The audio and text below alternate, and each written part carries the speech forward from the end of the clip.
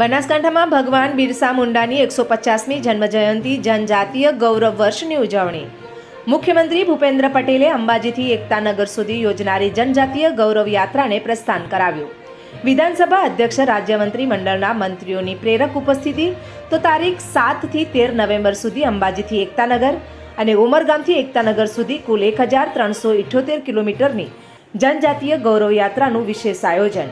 રાષ્ટ્ર નિર્માણમાં જનજાતીય સમાજના ગૌરવપૂર્ણ યોગદાનને જનજન સુધી પહોંચાડવા ઉદ્દેશ સાથે રાજ્યના ગામોમાં યાત્રા ભ્રમણ કરશે. આજે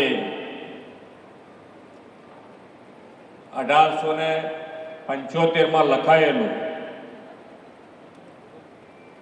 વંદે માતરમ ગાનની 150 વર્ષ પૂર્ણ થયા છે અને એ 150 વર્ષ પૂર્ણ થયા છે ત્યારે આજે મોદી સાહેબના માર્ગદર્શનમાં આખા દેશમાં એની ઉજવણી થઈ છે.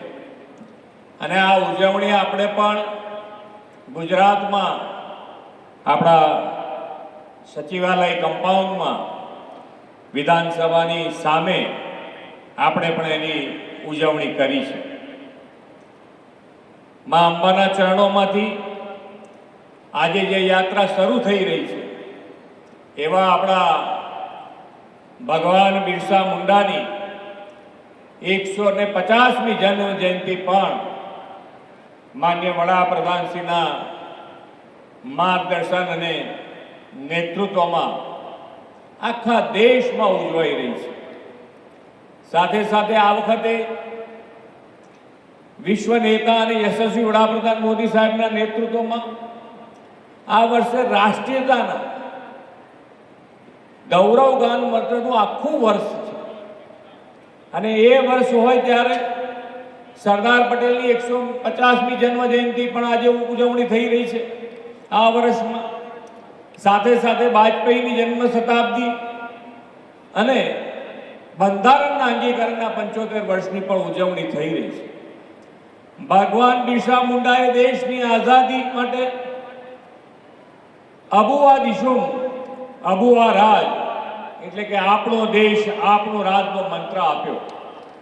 તેમણે અંગ્રેજોના અન્યાય સામે અવાજ ઉઠાવ્યો, સૌ આદિવાસીઓને એક કર્યા અને જળ જમીન અને જંગલ માટે ઉલગુલાન સંઘર્ષની ક્રાંતિ આંદોલનની શરૂઆત કરાવી હતી. આઝાદીની લડતમાં અગ્રેસર રહેતા આદિવાસી બાંધવોને અમૃત કાળમાં ભારતની વિકાસ યાત્રામાં ભાગીદાર બનાવવાનું કામ આદરણીય વડાપ્રધાન શ્રી નરેન્દ્રભાઈ મોદીના નેતૃત્વમાં થઈ રહ્યું છે. સ્વતંત્ર વીર ભગવાન બિરસા મુંડાની જન્મ જયંતિએ જનજાતીય ગૌરવ દિવસ તરીકે ઉજવવાની નવી પરંપરા આપણા વડાપ્રધાન શ્રી શરૂ કરાવી છે. શ્રી મોદી સાહેબના 11 વર્ષના પ્રધાનમંત્રી તરીકેના કાર્યકાળમાં આપણે સૌએ જોયું છે કે જેને કોઈ પૂછતું નથી તેમને મોદી સાહેબે પૂજ્યા છે. વડાપ્રધાનશ્રીના માર્ગદર્શન અને નેતૃત્વમાં ગુજરાતમાં પાલ દળવાળમાં વિરાંજલી વન અને માનગઢમાં ગોવિંદ ગુરુ સહિત વન બનાવવામાં આવ્યું છે. આદિજાતિ સમાજની આસ્થાના કેન્દ્રો એવા દેવ મોગરા, શબરીધામ, પંપા સરોવર, ઉનાઈ માતા જેવા તીર્થ ક્ષેત્રોના વિકાસ માટે પણ આપણે અનેક પગલાં ભર્યા છે. આદિજાતિ વિસ્તારને અન્ય વિસ્તારોની જેમ જ વિકસિત બનાવવા માટે 2007માં તેમણે વનબંધુ કલ્યાણ યોજનાની શરૂઆત કરાવી હતી.